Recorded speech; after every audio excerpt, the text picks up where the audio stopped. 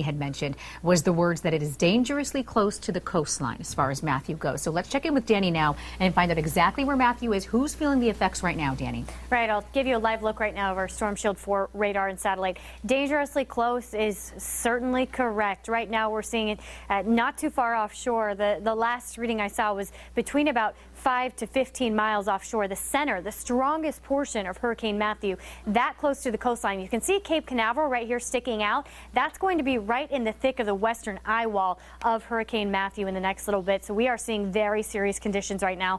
I actually saw a storm report just a couple minutes ago of 85 mile per hour wind gusts, Cape Canaveral, and that was before the eye wall even really reached that area. So we're looking at an extremely serious situation for the northeast portion of Florida, especially the coast here as we head into the next little bit, as conditions really quiet down for the southern portion of Florida. But I want to give you a closer look, show you right where the center of Matthew is. Right now near Melbourne, Florida, tracking a little further north toward Merritt Island and of course Cape Canaveral. You can see that right here. So we're getting a rain band whipping through, some of the strongest winds of the hurricane in that portion, has some heavier rains as well. And next up, we're going to shift a little further north. You got Daytona Beach, where you just saw that live look, and you already see how bad the conditions are in Daytona Beach, and the eye hasn't even tracked a parallel to it. So we're getting seeing deteriorating conditions further north and further north. Next in line, Palm Coast, eventually to Jacksonville as we head into later this Friday. As Matthew continues to shift northward, you can see Jacksonville, Gainesville already seeing those rain bands whip through. So weather already going downhill from here.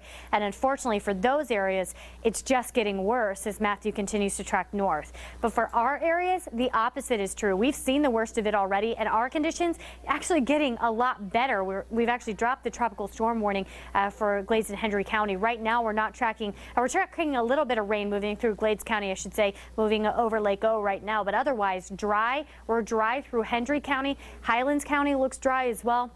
A little on the breezy side, but again, the worst of it already over for Southwest Florida. And through the coastal portions of Southwest Florida, it's a normal Friday morning, a little breezy maybe with 15 mile per hour winds, but the worst of it again is over. This is the official track still given to us by the National Hurricane Center. The official track still keeping the eye, the core of Hurricane Matthew offshore. But as you saw on our live satellite and radar, you can see it's really getting close. So one little shift to the west, one little wobble is going to bring the core of that hurricane on shore. Right now, a Category 3 with 120 mile per hour winds, gusts to 150. So I want to let you know what that means for those coastal communities in northeast Florida here with the eye of Hurricane Matthew getting so close. So I actually want to send it over to Tony Sadiku, who has a few of those storm reports and let us know where the wind speeds are at right now. Tony? Absolutely. Conditions deteriorating very quickly for folks in Brevard County.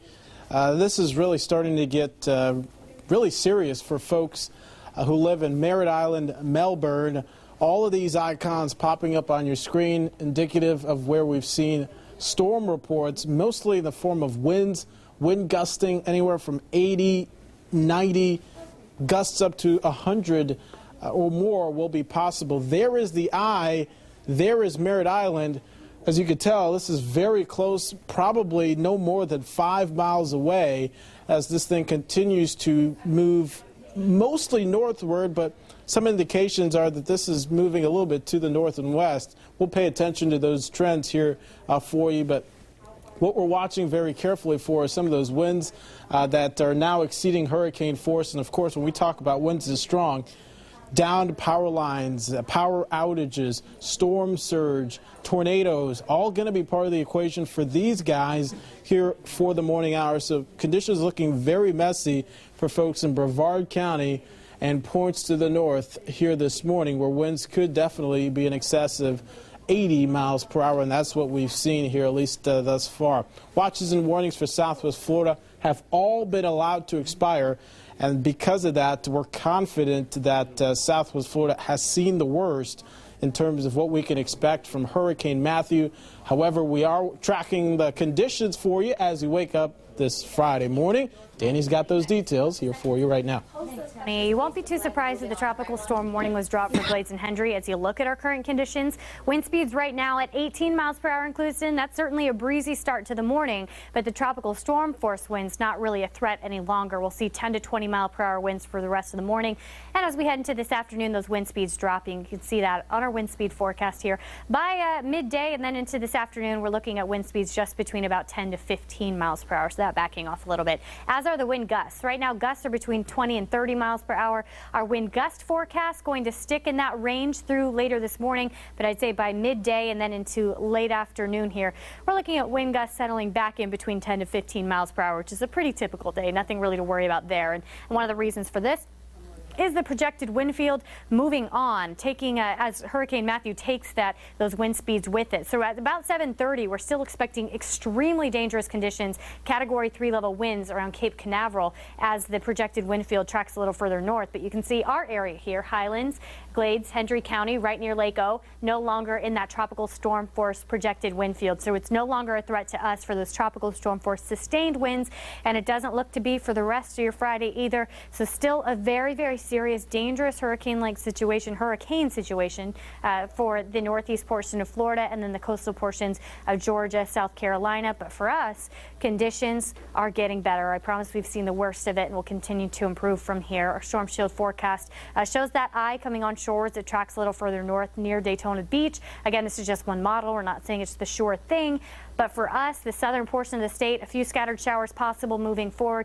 Also a little sunshine possible moving forward into the rest of your Friday with just the breezy winds, and those even starting to back off as we head into the rest of the day here. So winds about 10 to 20 miles per hour, gusts maybe up to 25, 30 miles per hour. Here's your 7-day forecast as we move forward into the weekend here. I promise things are just getting better. Saturday looking beautiful. We'll see just a slight chance for isolated storms, some drier air with those dropping dew points, and a little sunshine. So just get through your breezy Friday. Everything else looking better.